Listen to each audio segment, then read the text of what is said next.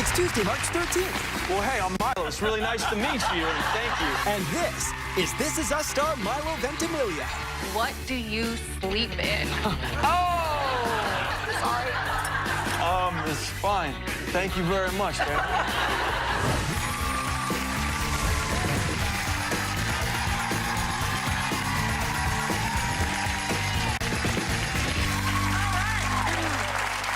Jam-packed show today. So our first guest, he used to be a bad boy on Gilmore Girls, but now he's won over America's hearts as everyone's favorite husband and father, the hot dad, might I add, on TV. Please welcome This Is Us star Milo Ventimiglia.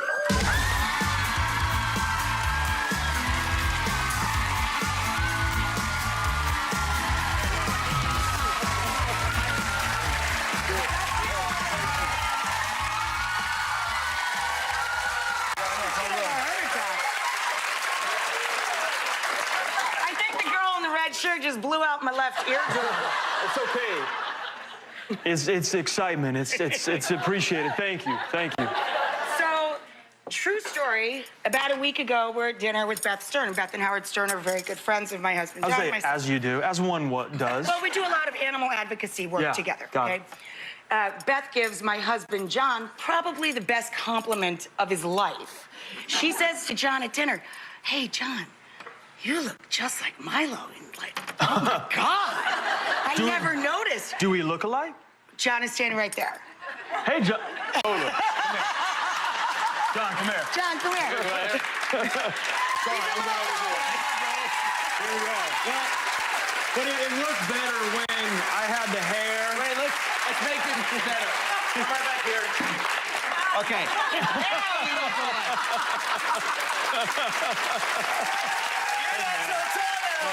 Nice to meet you, man. How are you? It helps when I had the beard and the hair, I imagine. Yeah. But the look on He's John... a pretty good-looking guy, though. He's a really good-lking guy. Oh, I don't know. That lady over there had a heart attack, John. I think you're both getting a good compliment from Beth there. Very nice. Very nice. Nice to meet you. Nice to meet you. Thank you. Bye, honey. I love you. Bye. I love you, sweetheart. All right, so... Well, that's great. At the end of the season, like today you have a beard, but at the end of the season, I've heard that you actually... people don't recognize you as much if you're clean shaven. It's funny. That's how you go incognito? Yeah, I used to have a mustache or a beard to hide in plain sight, but now that I've used up my disguise in a very public way, yeah.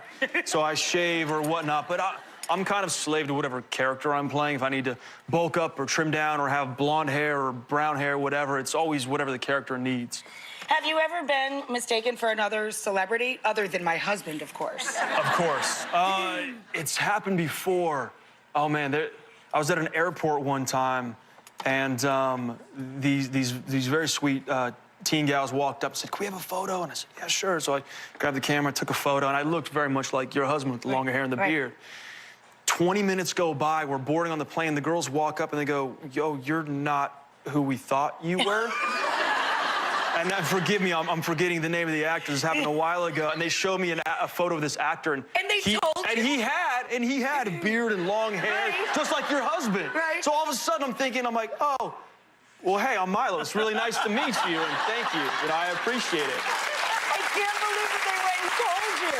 I thought that was really cool of them, because you know, maybe they would have tried to sneak a photo or whatever. They busted themselves. They did. I appreciated it. Cool, I appreciated it. So I know every script is super secret, even after what happens to your character is so tragic that they actually shredded the scripts and stuff, and you weren't allowed to say anything about it. But in the finale, we've already seen glimpses of it. You do see yourself aged many years. We do. In Mandy's mind, Mandy Moore's mind, right? Is it?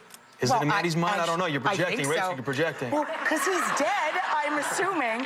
He is. Yes. So what was the process like for you? And do you care about aging? I mean, I'm always fascinated the difference between men and women and how freaked out men versus women get about lines and aging and all that. I appreciate the perspective I get on life every year that I'm alive. I'm 40 years old now. Things were different when I was in my 30s. So if my mind is going further and my body's kind of catching up to that, so be it. It happens. I agree. But did it trip you out to get that, like, age that? Yeah, Right. to be older than my own father.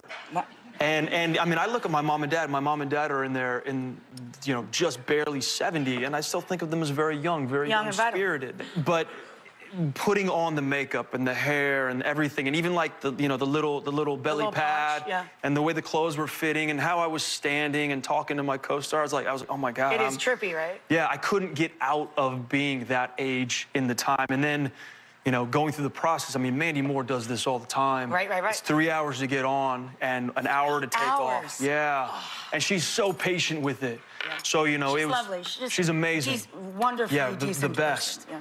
But I mean, yeah, she is. She's really incredible. Yeah. But to kind of go through the process and kind of glimpse over and see her sitting there, I was like, okay. Yeah. She does this all the time. She's the pro. Yeah, suck it up. Suck it up. Yeah. Grow up and suck it up. So is it weird for you to be portrayed as like one of America's greatest dads, and you're not a dad in real life? And who do you base your dad on? Your real life dad, or is it fun being a fake dad for you, or a challenge? It's interesting. Yeah, I'm not a father. I'm not a husband. But I think, you know, Dan Fogelman, our show's creator, and the writers, day in and day out, give me such beautiful material to work with that it's not hard to imagine how this man lived. Right. And I know there's a lot of my own father that I kind of put into the character. Are you close to your dad? Yeah, really close to my dad, my mom, my sisters, even like my best friends. Like some of my best friends are amazing fathers and amazing husbands. So I don't have to look too far from my own life to be inspired. But at the same time, the roadmap that we're given in these scripts is so easy. The writing is incredible. I mean, but you do have to have a box of Kleenex, which I think John cries very easily. And I think that sometimes while he'll go and work in his studio, if I'm watching, because he doesn't like to be, I don't know, maybe it's the Italian man in him. It's okay to be vulnerable. We're all vulnerable. No, I know, but he's not an actor. I think he thinks he doesn't like people to see him cry a lot. I think a lot of men You guys cry your butts off in that show. I mean, although Who's the best crier? Did you ever discuss that? Mandy. Mandy has to cry all the time. Yeah. So she's always crying, and she has different variations of it. Sometimes it's happy, sometimes it's sad.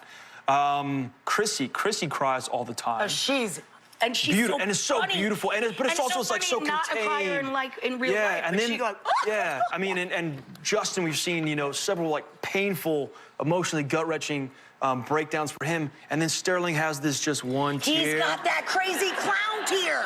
He's got that Denzel Washington tear. Yes, he does. Yeah. I admire all of them, and you know what? I admire all of them, and at times I'm grateful for being the stoic in the group. Yeah. Jack Pearson is not You don't the have to crier. cry He's not emotional. that much. Whereas maybe I personally am a little more emotional. I have to hold it back. So the things that actually make me cry in the context of the show creatively, I have to hold back from doing it. Do you cry a lot if you watch other, you know, if you go out to the movies or something? Do you cry easily? I don't think I cry easily, but I'm emotional. I'm an actor. Yeah. But I do think it's kind of ironic that, not ironic, it makes perfect sense. You're actually working with Duracell. My husband and I are very shamefully guilty of not checking our fire alarms and our fire devices in our own home. Our dog had a panic attack once with the fire alarms, and my husband destroyed our fire alarm. Yeah. When they go off, he didn't know anything about it. He didn't know how to turn it off. He didn't know how to change the batteries. He didn't know how to disconnect it for a second until we cleared the smoke. Sure. We had left the oven on, and it was empty, but there was a pan in there that we had taken the food out of, but the pan was burning. Dog freaked out, so John killed the fire detector. We had to start from scratch. Yeah.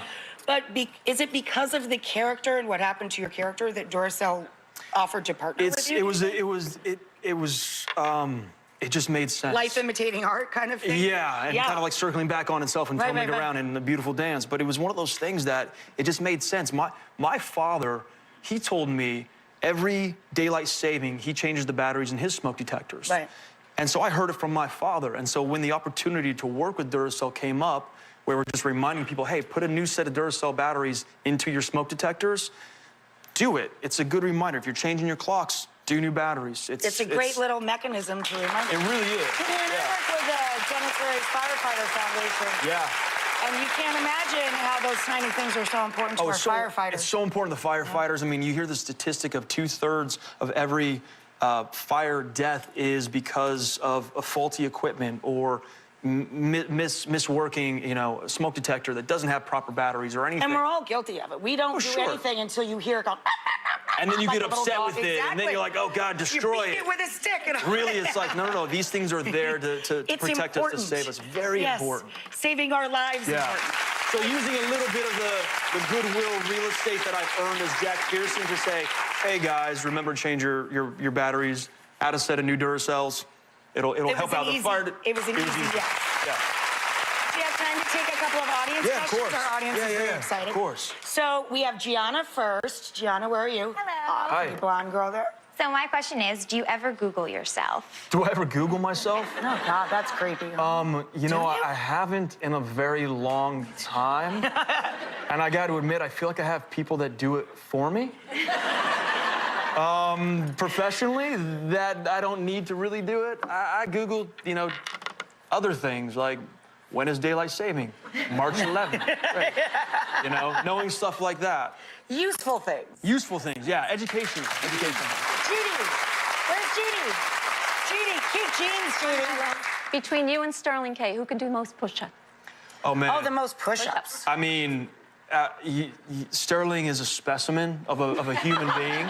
He really is. And I've embraced playing a dad in the 80s that didn't really quite work out as much as he could because he had three kids. This is your dream job, really. Oh, it's the best. It's the best dream job ever. It's the best. Everyone loves you. Yeah. And you don't have to worry about the guns. Exactly. Yeah, exactly. But I can hold my own. I can hold my own in push-ups. Can I ask one more question? Can I have a hug? Oh.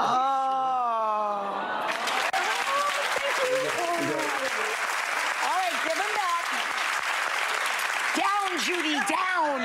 You may get into a brawl with our friend in the front row. Don't take it to the streets. Communicate. All good.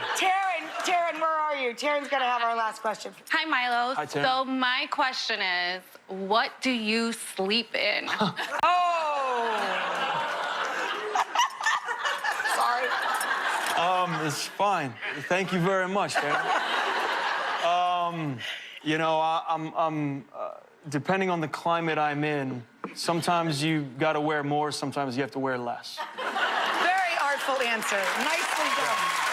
Nicely done. Thank you, Milo. Take time to eat your food. I'm sure she's aware, especially, that the big season finale of This Is Us airs tonight at 9 p.m. on NBC. Here's a little sneak peek at tonight's episode. Tuesday, you're invited to the This Is Us season finale. Guy that gets to marry you, Katie girl, he is one lucky guy.